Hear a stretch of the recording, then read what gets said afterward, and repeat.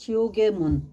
단테와의 이야기가 끝나갈 무렵 강량훈 목사가 지옥의 고통으로 인해 괴로움을 견디지 못하는 모습으로 내게 나타났다.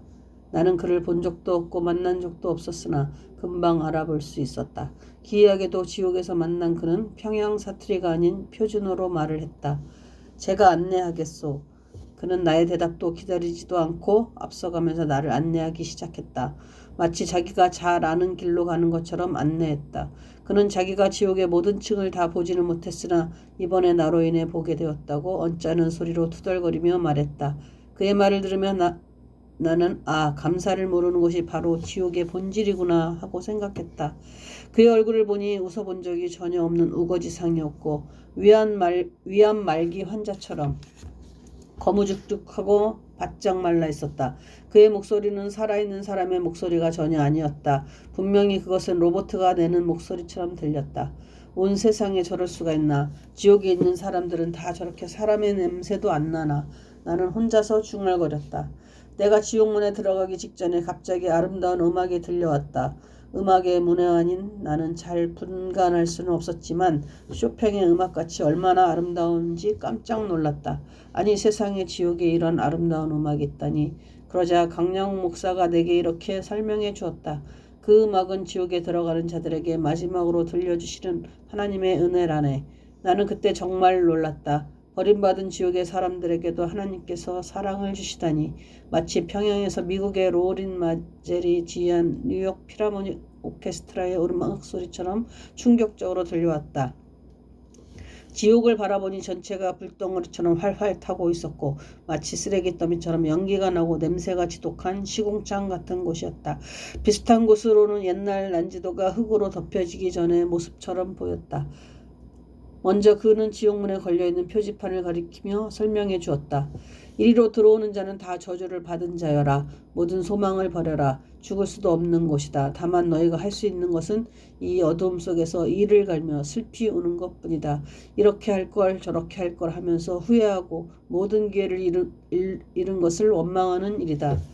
기회란 준비된 자와 용감한 자만이 가질 수 있다. 그러나 여기 있는 자들은 모든 기회를 잃은 자들이며 버림받은 자들이다. 이곳에 들어온 자는 다시 나갈 수도 없고 제2의 기회도 없다. 여기서 나는 그가 한 모든 설명을 다 기억할 수는 없지만 그 내용은 너무도 무서운 것이었다. 가슴이 오싹하게 떨려왔다. 나는 정신을 차려야겠다고 몸부림치며 강량훈 목사를 바라보면서 말을 이었다. 묻고 싶은 것이 너무도 많았다. 나는 먼저 성경에 기록된 지옥에 대한 세 단어에 대해서 물어보기로 했다. 나의 안내자가 목사였기 때문에 대답할 수 있다고 생각했다. 헬라어로 된 신약 성경에 보면 지옥, 음부, 탈투스란 말이 나오는데 그 차이점이 무엇입니까? 차이가 없다면 같은 곳을 단지 다른 말로 표현한 것입니까?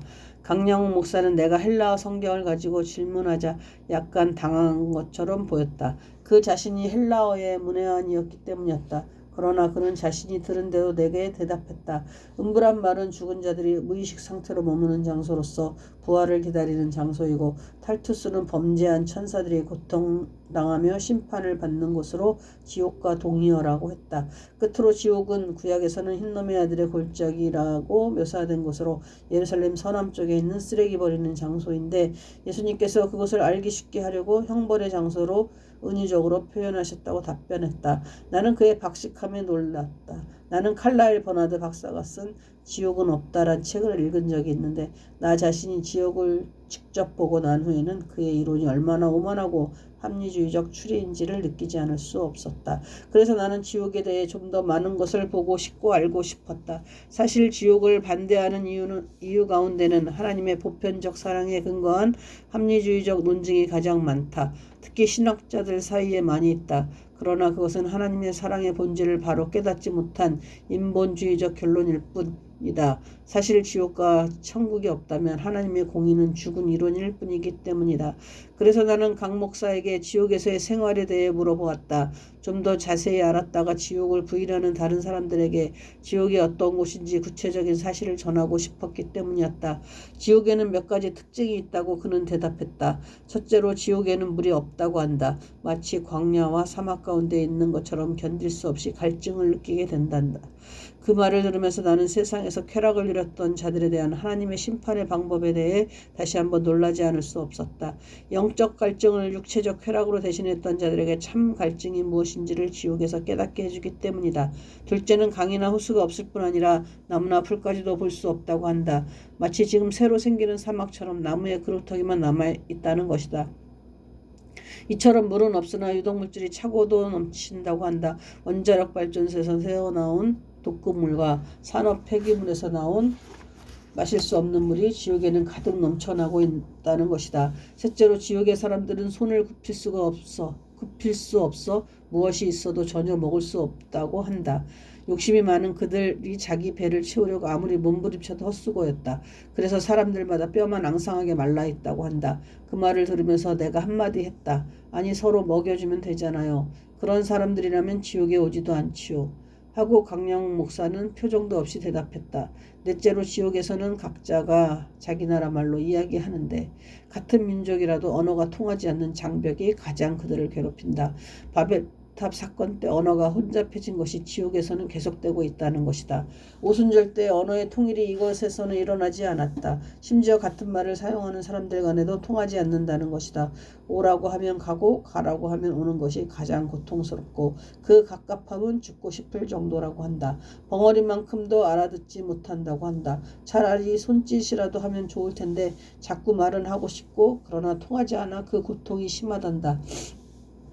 나는 이 지옥의 입구에 와서야 비로소 지옥의 위치를 알게 되었다. 전에는 막연히 땅속에 있는 옥, 그래서 지옥으로 생각했는데 이렇게 와서 보니 세상 밖에 있다는 점에 놀랐다. 그것을 구조적으로 말하면 우리가 사는 세상의 중심에 있고 이 세상 밖에는 공중의 권세 잡은 사탄이 지배하는 악령들의 세계가 그 주변에 있고 그 바깥쪽 위에는 천국이 아래는 지옥의 구조로 되어 있었다. 그리고 그 지옥은 지하 3층의 건물처럼 생겼는데 먼저 들어가는 곳이 바로 지하 3층이었다. 세상에서는 지하층에 가려면 먼저 1층에서 2층, 다음은 3층 이렇게 차례로 내려가는데 지옥은 전혀 달랐다. 먼저 지하 3층이 아래로 떨어지듯 내려가고 다음에 한 층씩 끙끙거리며 위로 올라가도록 되어 있었다. 그 층계는 그냥 발로는 도저히 올라갈 수 없는 그런 험하고 가파른 곳이었다. 게다가 불까지 활활 타오르고 있었다. 아하, 그래서 고통이 적은 위층으로 올라가기가 어렵구나.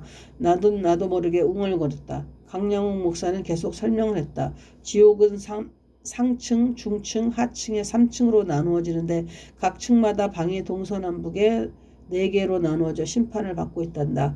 각 방들은 원추형으로 되어 있는데 아래층으로 내려갈수록 방이 점점 작아진단다. 제1층이 지옥에서는 가장 넓고 편한 곳이고 점점 아래로 내려갈수록 장소가 좁아지고 고통이 더 심해진단다. 나는 각 층의 특징에 대해 관심이 갔다. 강 목사님, 각 층의 특징이 무엇입니까? 강 목사는 자기는 가장 밑바닥층인 3층 하층에 있기 때문에 각 층을 다 보지는 못했지만 지옥에 갇힌 사탄을 통해 들은 바가 있다고 했다. 그래서 나는 사탄이 거하는 곳이 바로 지옥 3층의 중심부에 있는 끝이 없는 무저갱이라는 것을 알았다. 지하 3층의 중심부인 사탄이 있는 곳은 다른 사람들과 구별된 특별한 심판의 장소란다. 마치 끝이 없는 우물과 같은 무저갱인데 전신이 쇠사슬로 묶여있고 문 앞에는 하나님의 인으로 봉해져 있기 때문에 나올 수도 들어갈 수도 없는 그런 곳이란다. 강량욱 목사는 지옥의 각 층의 특징을 간단히 이렇게 소개했다. 1층의 동관은 남을 미워하고 시기하고 질투하며 살았던 보통 사람이 있고 서관은 소위 돌을 닦았다는 여러 다른 종교를 가진 성직자들이 형벌을 받는 곳이고 남관은 가난하고 배우지 못했으나 세상에서는 착하게 산 사람들이 머무는 곳이고 북관은 선한 사람들이지만 믿지 않은 사람들이 머무는 곳이다.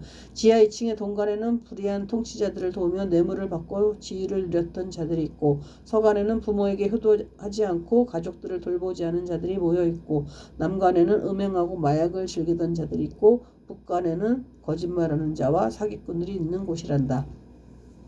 가장 고통이 심한 곳이 마지막 지하 3층인데 동관에는 세상에서 그리스도를 배신한 자들과 이단자들과 기독교인들을 핍박하며 죽인 자들이 모여있고 서관에는 종교를 이용해서 많은 사람들을 착취하고 그것을 빙자해서 존경을 받으며 위선적으로 살았던 교황과 신부와 목사와 스님들이 있고 남관에는 자살자들과 살인자들이 있단다. 그리고 북관에는 세상에서 독재를 하며 수많은 생명을 빼앗은 자들과 유괴범들이 있단다.